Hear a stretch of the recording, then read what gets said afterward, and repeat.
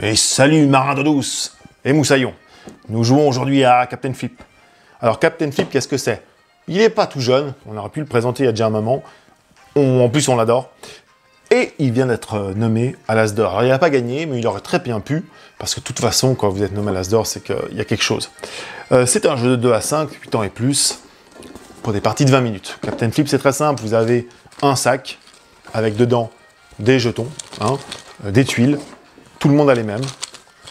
Et puis, à votre tour, vous en tirez une, vous regardez sa première face, si elle vous plaît, vous la placez, et vous la faites tomber dans ce quadrillage, comme si c'était du puissance 4, puis il y a plusieurs cartes possibles, vous jouez qu'une seule carte évidemment, et puis si ça ne vous plaît pas, d'où le nom flip, bah vous flippez la tuile, et vous êtes obligé de garder ce qu'il y a. Donc des fois c'est une bonne surprise, des fois pas.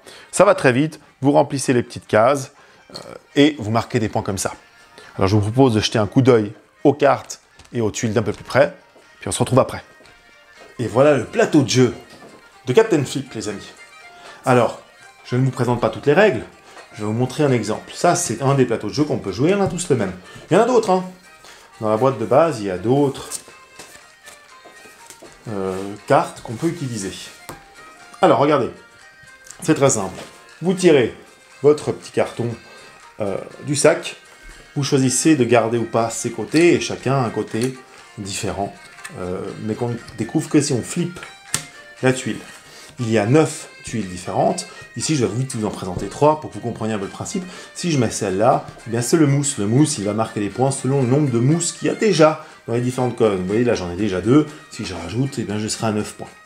Quand j'aurai fini cette colonne-là, si toutes mes tuiles ne sont pas les mêmes, je marque 6 points qui sont représentés par les pièces.